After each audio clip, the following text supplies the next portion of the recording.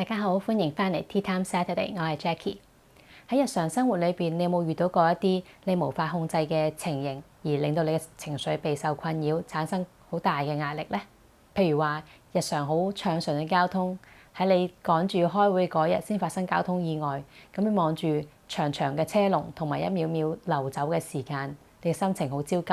又或者如果你係一個有小朋友嘅家長，你嘅小朋友咧喺佢嘅渴求得唔到滿足嘅情形底下咧，喺公眾場合大聲哭鬧，令到好多旁人側目，你會變得好煩躁。又或者你有一個好重視嘅比賽，2個星期之後就要進行啦，你放咗好多嘅心機同埋時間喺上面，點知喺比賽嘅前2日，你不幸受傷，令到你唔可以參加呢一個你好重視嘅比賽。人生就係充滿好多你無法控制嘅事情。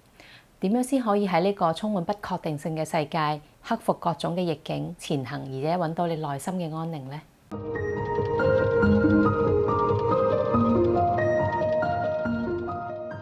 今日同大家介紹一本好特別嘅書，佢嘅書名係《A Handbook for the New Stoics: How to Thrive in a World Out of Your Control》。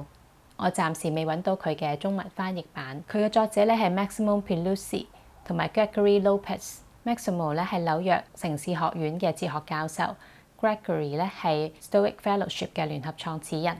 Stoicism 或者叫做斯多葛主義咧，係古希臘同埋羅馬時期嘅開始嘅一個哲學思想。咁佢有一個非常之實用嘅部分。咁近期咧又俾好多人再追隨翻，包括有南非嘅總統 Nelson Mandela、Harry Potter 嘅作者 J.K. Rowling 同埋跨界別嘅創業家 Tim Ferriss 等等咧，都覺得 Stoic 嘅思想咧對佢哋幫助好大嘅。Why Stoicism？ 我哋都可以喺我哋自己生活裏邊發現，即使我哋食咗啲好好食嘅食物，嗰種好愉悅嘅感覺咧，好快咧就會唔見咗，就或者唔記得咗啦。我哋可能買咗一個我哋好想要嘅新車，啱啱落地嘅時候就充滿咗興奮嘅心情，但係過咗一段時間之後咧，又會變翻好平淡，視為理所當然喎。我哋可能會好成功咁創業，但係要保持我哋嘅資產 keep 住公司嘅成長咧，好可能都會令到我哋經常性失眠喎。我哋追求嘅好多外在嘅嘢，即使我哋得到咗咧，都提供唔到一個持久嘅幸福俾我哋。更加唔好話當佢實現唔到嘅時候嗰種嘅失落啦，因為好多呢一啲外在嘅嘢都唔喺我哋嘅控制之內嘅。Stoic 嘅一個重要嘅見解就係話，塑造你嘅思想同埋你嘅性格，先至係唯一你最終可以控制嘅事情。所以壓住喺你自己嘅進步咧，係最有保證，而且係回報最大嘅。呢一本書用一個非常之貼地可行嘅方法，幫我哋練習 Stoic 嘅思想。呢本書分成咗3個部分，包含有慾望、行動同埋認同嘅。喺慾望嘅部分咧，佢係幫我哋去認清乜嘢係我哋可以控制嘅，乜嘢唔係。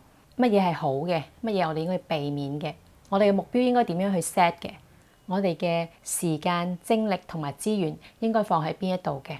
第2個部分就係行動，行動嘅部分咧，幫我哋展示點樣喺人際關係裏邊採取行動嘅，包含咗我哋應該點樣對待其他人，點樣處理憤怒。認同嘅呢個部分咧，係幫我哋對生活拋俾我哋嘅各種嘅障礙做出正確嘅一個判斷嘅。譬如話，我應唔應該嬲呢一個人啦？我應唔應該尋覓嗰種嘅快樂啦？我應該點樣去觀察同埋對抗心嘅唔同情緒啦？我點樣克服自己嘅焦慮啦？等各種嘅。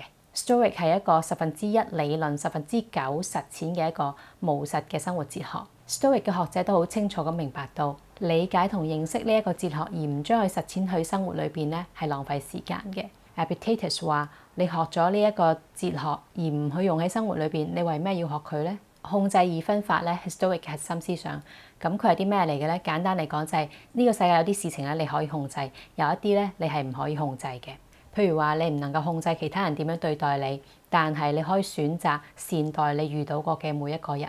你唔能夠決定你嘅生命嘅長度，但係你可以選擇點樣運用你有嘅時間。你無法阻止問題嘅發生，但係你可以改變你對待問題嘅嗰個態度。相信好多人都會同意，呢啲都係講起嚟好容易，做起嚟好難嘅一啲事。正如好多學過游水人都知道，當教練解釋完講完一啲游水嘅技巧嘅時候咧，你第一次跳落水咧，你係唔識游嘅。理解某一件事同埋內化同一件事之間咧，係存在好巨大嘅差距嘅。我哋要真正學識一樣嘢咧，只有通過不斷嘅反覆練習咧，先可以實行到嘅。我好欣賞呢一本書嘅心思，佢將每一個練習咧都設計到非常之切實可行。所以咧，我決定咗喺未來嘅呢3個月之內咧，就同大家進行每2個星期1次嘅 Stoic 嘅一個練習。我亦都會繼續保持我每2個星期1次同大家進行一啲好書嘅分享。